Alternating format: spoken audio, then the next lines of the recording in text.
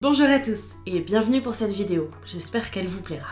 C'est très différent des vidéos que j'ai l'habitude de faire, c'est la première fois que je fais ce genre de format, j'espère que ça vous plaira et que la qualité ne sera pas trop nulle. Ça fait très longtemps que j'ai envie de vous en parler, ça y est, j'ai enfin préparé mon script et on peut se lancer. Je vais vous parler des Evilios Chronicles, qu'on va nommer les Chroniques du Mal, parce que j'ai un anglais très nul. Ça vaut mieux pour tout le monde. C'est une série qui a été créée par Moti ou Akunope. Il a différents pseudos, voilà, comme vous préférez. Moi j'ai l'habitude de dire Moti. Il se sert de l'univers des Vocaloïdes pour présenter son univers à lui qu'il a créé. Pour ceux qui ne le savent pas, les Vocaloïdes, c'est à l'origine un logiciel qui va permettre de faire chanter une voix qu'on va mettre dans ce logiciel. Donc on a toutes sortes de banques de voix qu'on fait chanter et ces voix ont aussi des avatars. Par exemple, vous connaissez sûrement Hatsune Miku. C'est un avatar Vocaloïde, sûrement la plus connue. Donc on fait chanter ces banques de voix et c'est ce qui crée les Vocaloïdes. Et on a beaucoup d'univers là-dedans. Et la série de Moti, donc les Chroniques du Mal, c'est une série très connue et qui est très complexe. Et surtout immensément riche en informations. Ça se passe sur des périodes et des périodes. C'est normal que vous soyez perdus. D'ailleurs, à noter que c'est très intéressant d'utiliser les Vocaloïdes comme support pour cette histoire, enfin pour ces histoires, parce qu'on retrouve énormément d'échos, de parallèles entre les Vocaloïdes et l'histoire qu'il a créée. Par exemple, tout bêtement, rien que les noms. On a certains noms des personnages dans les Chroniques du Mal qui font écho aux Vocaloïdes qui les incarnent, comme par exemple Gumiya, qui est incarné par Gumi. Voilà. À savoir aussi que chaque Vocaloïde peut incarner plein de personnages différents. Par exemple, les personnages des Kagamine, qui sont utilisés un bon nombre de fois et qui représentent beaucoup de jumeaux dans l'histoire. Des jumeaux qui ne sont pas toujours les mêmes. Et parfois, ce sont les mêmes. Mais ça, c'est très complexe à comprendre. Mais vous êtes ici pour ça. Et cette première vidéo va vous montrer en quoi le concept des jumeaux dans cette histoire est phénoménal. Cet univers des Chroniques du Mal est un univers qui est un transmédia. C'est-à-dire qu'on a plusieurs supports qui vont expliquer cette histoire. Par exemple, c'est sûrement grâce à ça que vous connaissez peut-être les Chroniques du Mal, les chansons. On a plein de chansons avec des clips, des voix, plein d'informations dans ces chansons qui nous permettent de comprendre un petit peu l'histoire. Mais on a également d'autres formats comme des mangas. Par exemple, il y a un passage dans l'histoire des Chroniques du Mal qui parle d'une infante du mal qui est une héritière du trône qui profite un petit peu de son pouvoir. Et on apprend plein de choses sur son histoire, notamment sur la relation avec son frère jumeau, qui est une relation assez complexe. Bref, cette relation et tout ça, on l'apprend dans un manga qui est encore différent des chansons, mais c'est très intéressant et on apprend encore plus d'infos sur tout cet univers. C'est quelque chose de dingue. Il y a aussi des nouvelles ou plein d'autres supports qui nous permettent d'apprendre des choses sur cette histoire. Voilà, il n'y a pas que les chansons, sachez-le. J'ai envie de citer une artiste que j'aime beaucoup, et c'est sûrement grâce à elle que vous connaissez peut-être les Chroniques du Mal aussi, c'est Daphnis. C'est une Yuteite, donc une chanteuse, qui adapte toutes les chansons des Chroniques du Mal en français. Et moi, c'est grâce à ça, grâce à son travail, que j'ai découvert les Chroniques du Mal et que j'ai eu envie de regarder un petit peu ailleurs que juste cette adaptation en français. Parce qu'elle n'a pas traduit et adapté encore toutes les chansons, il y a énormément de chansons, plus d'une 50aine, même beaucoup plus sûrement. Et c'est un travail monstre, et ça fait des années qu'elle est dessus. Bref, on n'a pas encore tout adapté en français, donc il faut essayer de briser un petit peu la langue et aller chercher des informations avec d'autres médias, d'autres formats. Voilà. Bref, n'hésitez pas à aller voir, je mettrai sûrement la playlist et sa chaîne YouTube en description parce que pour moi c'est une référence totale si on veut connaître les Chroniques du Mal dans la francophonie. Voilà.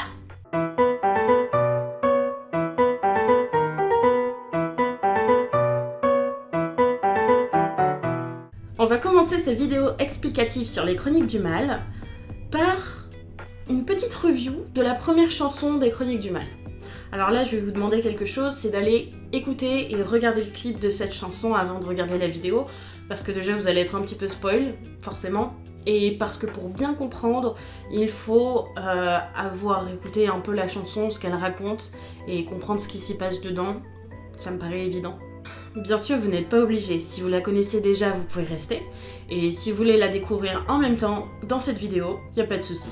Mais allez quand même la écouter après parce que ça vaut le détour. Enfin, plus ou moins, parce que personnellement, je l'aime pas spécialement celle-là. Elle est assez monotone et lassante, mais elle est très intéressante et très importante pour comprendre tout l'univers entier, pour comprendre les bases de ce système qui est phénoménal. Et surtout, si vous pensiez connaître l'univers des Chroniques du Mal, c'est faux. C'est faux. Vous ne connaissez rien et vous allez être surpris. On va commencer par la première vidéo de la première sous-série de cette série. Oui, parce que, à savoir, dans les Chroniques du Mal, il y a plusieurs sous-séries et donc cette première série-là, c'est le péché originel. Donc c'est l'histoire qui explique comment on en arrive à toutes les autres histoires qui découlent. Et ça, franchement, je crois que c'est ma partie préférée. Après, évidemment, il faut noter que la série la plus connue, c'est les péchés capitaux.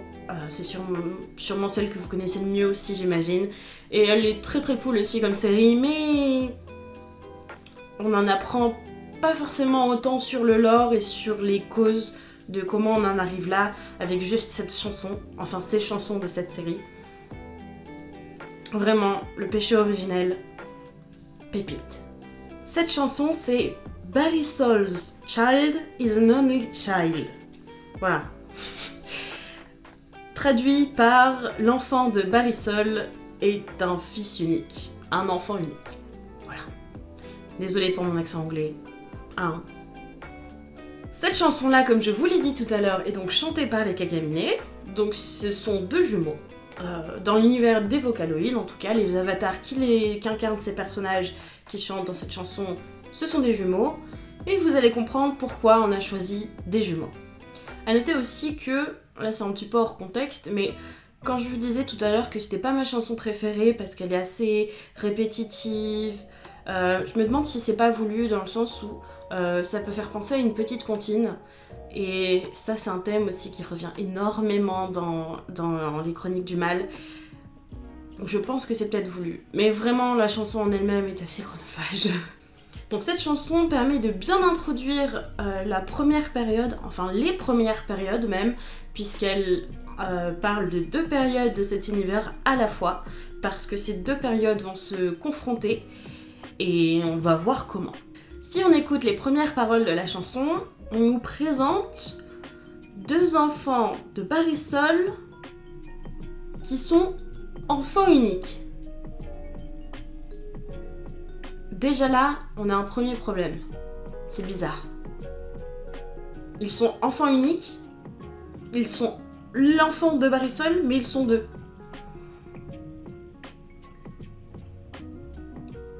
Notez-le bien.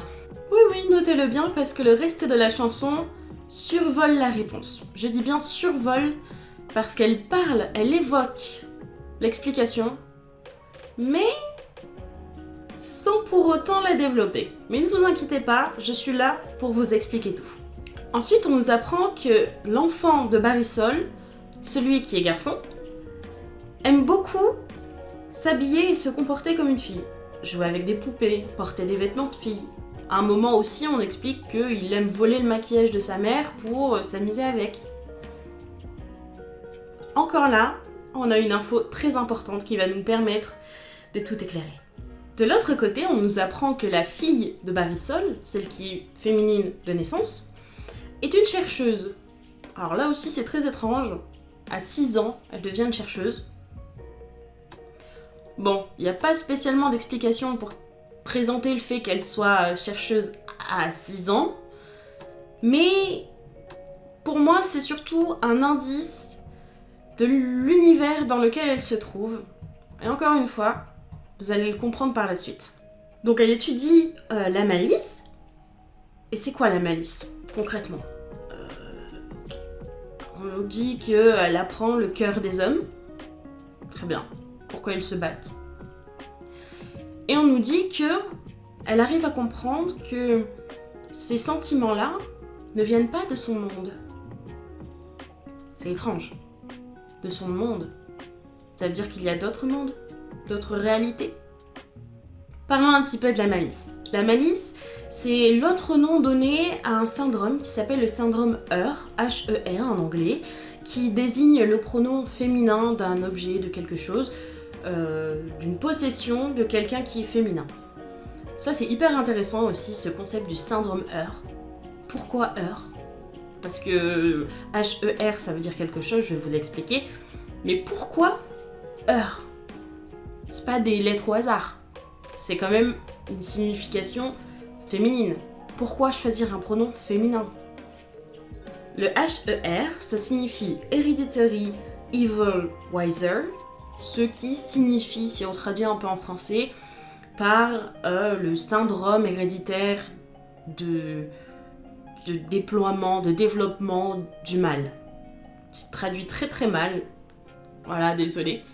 Mais en gros, l'idée, c'est que ce syndrome, c'est un syndrome qu'on peut obtenir de façon héréditaire et qui va nous pousser à faire le mal. C'est ce que dans cette chanson, ils appellent la malice. Et ce syndrome, c'est très intéressant parce qu'il faut noter qu'il a l'apparence d'un virus, un peu biologique, puisqu'on nous dit que c'est un syndrome, que c'est héréditaire.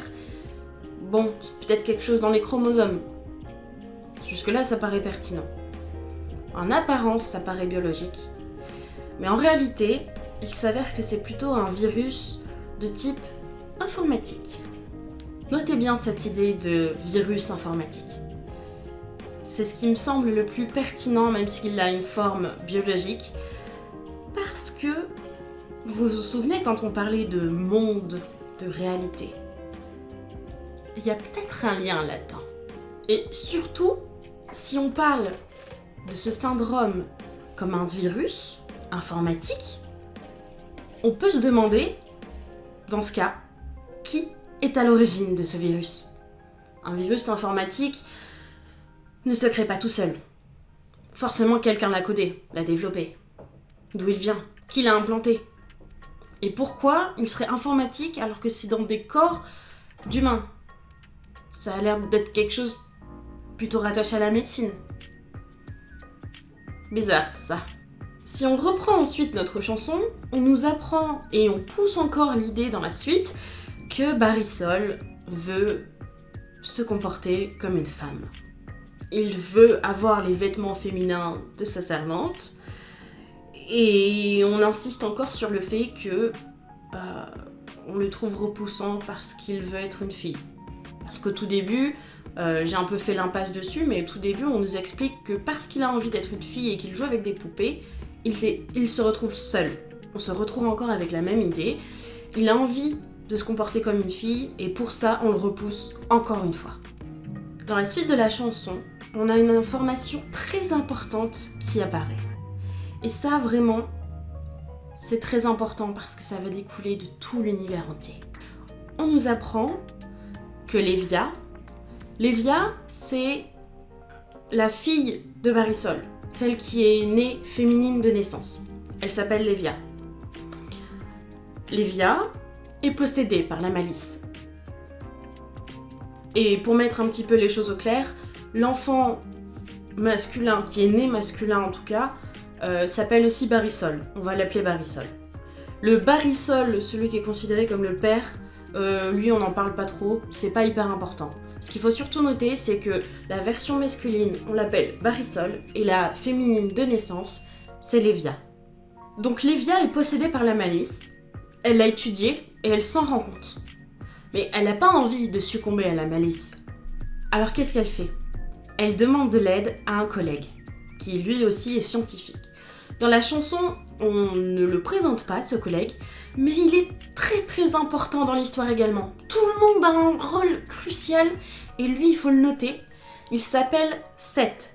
Ce scientifique va alors lui conseiller de se tuer elle-même d'une autre réalité. De tuer sa version, elle, mais d'un monde autre. C'est-à-dire qu'elle va se tuer et pourtant rester vivante, puisque c'est elle-même, mais d'une autre réalité. C'est assez complexe, mais peut-être que vous commencez à faire le lien. Vous commencez peut-être à comprendre où j'en arrive, mais notez qu'à ce moment, Barrisol est au plus bas. Personne ne le comprend, tout le monde le juge, tout le monde le trouve repoussant, répugnant, parce qu'il veut être une fille. Il est faible. Et c'est à ce moment-là qu'une autre personne va venir lui tendre la main. Et ça, on le voit dans le clip, avec tout le passage où on présente Barrisol comme ayant vu quelque chose à travers le miroir.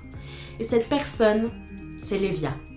Dans la chanson, ce n'est pas expliqué. On ne voit pas le lien entre Lévia et Barrisol. Ils sont tous les deux le même enfant, et en même temps, ils sont différents. En fait, oui, ce sont la même personne. Ils sont juste de mondes différents. On parle beaucoup de mondes depuis tout à l'heure, et là, on voit enfin le lien. C'est-à-dire que Barrisol et Lévia sont la même entité, la même personne, mais se trouvent dans des mondes différents.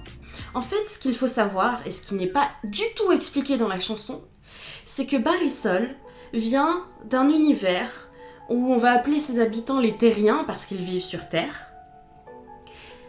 Ces terriens ont créé une autre réalité alternative, une sorte de matrice, une réalité alternative, un monde alternatif dans lequel se trouve Lévia.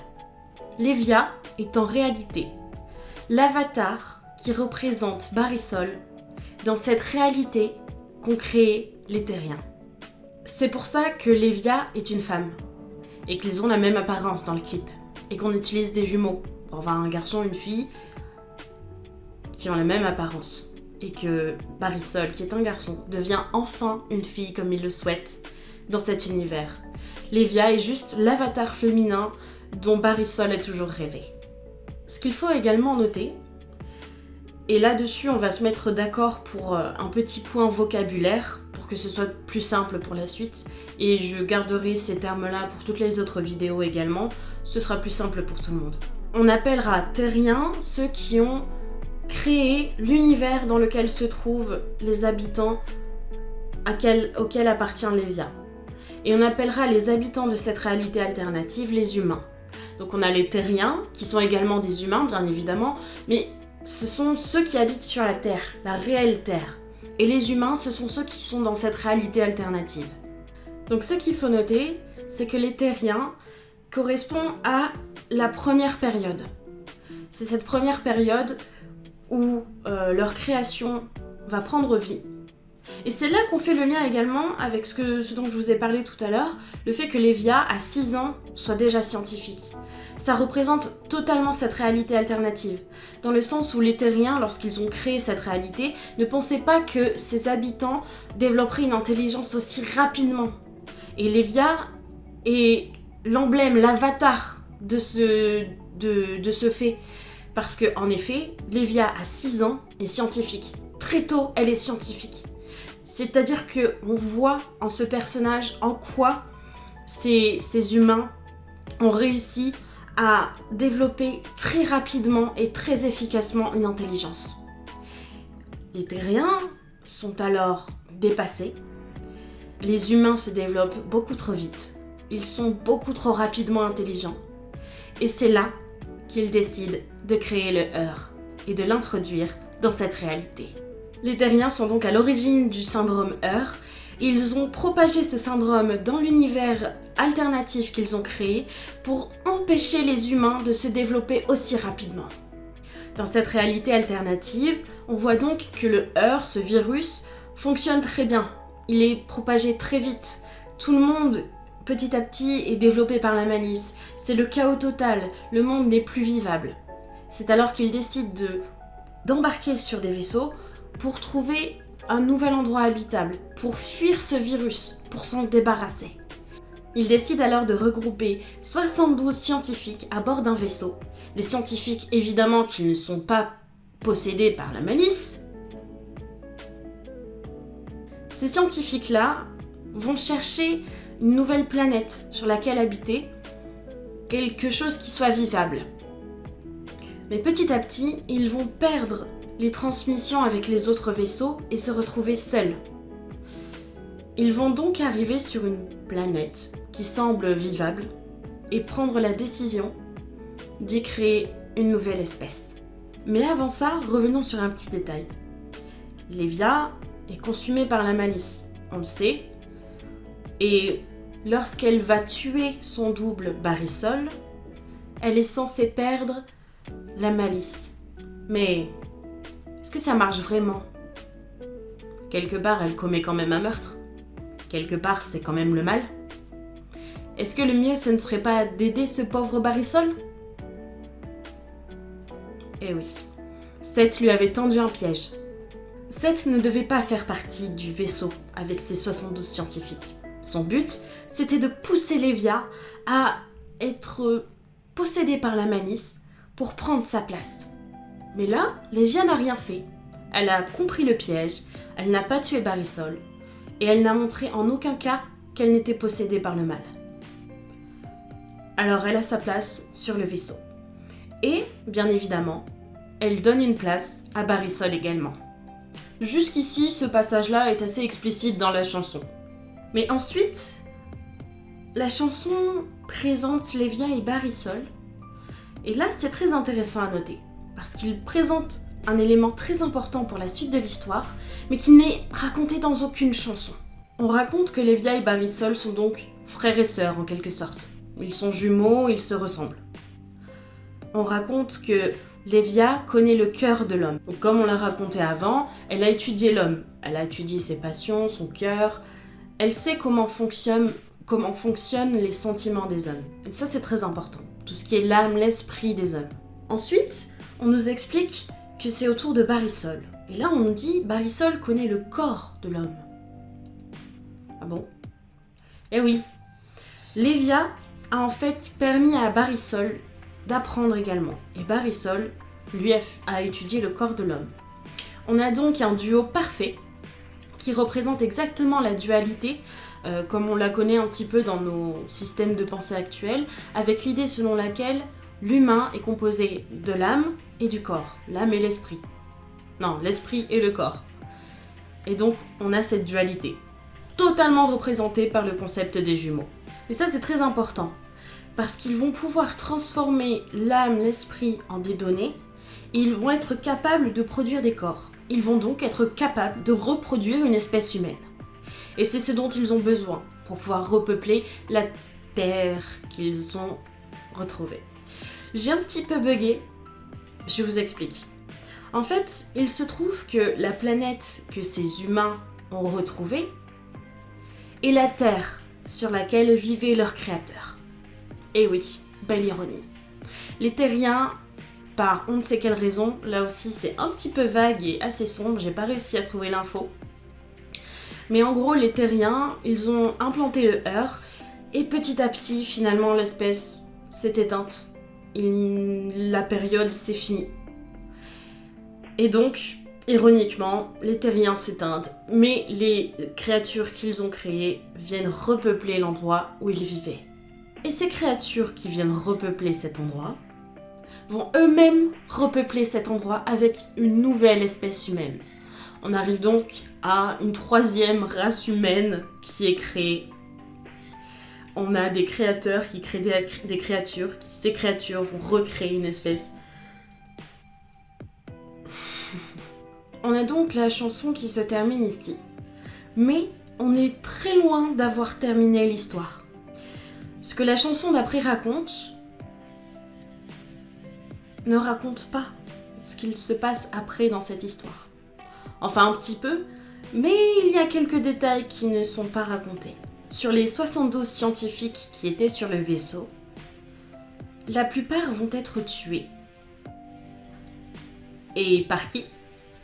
Oui, par un personnage que l'on a déjà croisé, qui n'est pas spécialement si sain que ça, et sûrement possédé par la malice également.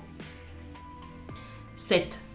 Seth s'était en fait introduit dans le vaisseau et a décimé presque tous les scientifiques. Il n'en reste que 4 qui ont survécu. Parmi ces 4, on a Lévia, Barisol et 2 autres scientifiques. Ces 4 scientifiques vont donc décider de recréer une espèce humaine. On va avoir Lévia qui va pouvoir implanter des données, des âmes, des esprits dans des corps que Barisol va créer. Et H2, ils vont pouvoir recréer des humains et faire repeupler la Terre. Les 4 scientifiques qui restent vont donc prendre la décision de devenir les dieux des créatures qu'ils ont créées. En effet, ces pauvres humains se retrouvent dépourvus, lâchés. Il leur faut des guides, des dieux. Cependant, les 4 ne vont pas réussir à se mettre d'accord sur comment ils veulent fonctionner. Barisol et Lévia, qui sont tous les deux plus ou moins consommés par la malice, mais les autres ne le savent pas, vont se retrouver séparés des autres. Une dispute va faire exploser le vaisseau et Lévia et Barisol vont perdre leur corps. Lévia va réussir à transformer les esprits des deux en données et Barisol va implanter ces données dans un dragon qui les réunira tous les deux. Alors oui, c'est très étrange, ils ont décidé de se réincarner dans un dragon. Pendant ce temps-là, malheureusement, les humains, eux, font leur vie sans guide, sans Dieu. Mais Lévia va réussir à manipuler une certaine personne dans ce monde. Elle va manipuler quelqu'un qui a du pouvoir. Une femme qui est reine et qui va pouvoir être prophète, qui va être prophétesse, qui va raconter ce qui va se passer dans le monde. Et Lévia va la manipuler pour lui faire croire qu'elle est la déesse avec Barisol, qui est le dieu, et que tous les deux ont besoin d'un corps pour se réincarner. C'est ainsi que, grâce à cette prophétesse Merry-Go-Round, le projet Ma va être lancé. Le projet Ma a pour but de donner naissance à 2 enfants. Et ces 2 enfants doivent être des jumeaux dans lesquels Lévia et Barisol pourront réimplanter leur esprit. Et ainsi, ils retrouveront un corps. Le projet Ma et le reste qui en découle est expliqué dans les autres chansons. Donc, je vais m'arrêter pour ici. J'espère que ça vous a plu, que vous avez réussi à tout comprendre, que j'ai été intelligible. C'est la première fois que je filme comme ça, un petit peu en impro, même avec des notes, c'est un peu compliqué. Si jamais j'ai dit des bêtises, vous pouvez bien évidemment me corriger en commentaire en restant respectueux, bien sûr. Et si jamais vous avez d'autres infos à ce sujet à partager, n'hésitez pas. Et si jamais vous avez appris de nouvelles choses, n'hésitez pas à me le dire aussi, je serai très contente. Et surtout, j'espère que le format de la vidéo a permis à vous faire partager un petit peu le... Ah, c'était ça! Je sais pas trop comment l'expliquer, mais cet univers est tellement grand que chaque rebondissement, c'est une surprise qui vient d'on ne sait où. En fait, c'était devant mes yeux. C'est ça, l'effet. Et j'espère que j'ai réussi à vous faire retranscrire un petit peu cet effet du « Mais oui, c'était évident !» Et voilà, c'est ce que j'aime beaucoup en fait dans cet univers, c'est qu'à chaque fois on se dit « Ah, ça veut dire ça !» Et en fait, en profondeur, pas du tout. Pas du tout. Mais c'est quand même lié en fait. Parce que la réponse était devant nos yeux, mais on l'a juste pas comprise comme il fallait. Bref, je me suis beaucoup trop emportée. Je vous souhaite une bonne fin de journée et j'espère vraiment que cette vidéo vous a plu. N'hésitez pas à me le faire savoir. À bientôt!